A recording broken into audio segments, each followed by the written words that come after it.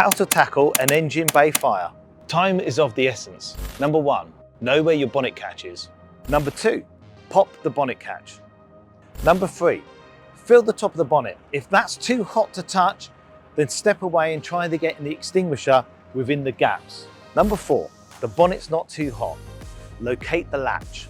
With your back towards the engine, slightly get a gap, get your extinguisher agent and start putting it in there. Slowly lifting it up, getting the extinguisher in there as much as you can, then turning to see where the fire is and chasing the fire out.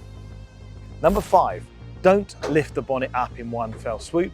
What it's doing is letting the oxygen in and making the fire bigger. This technique is for a small fire.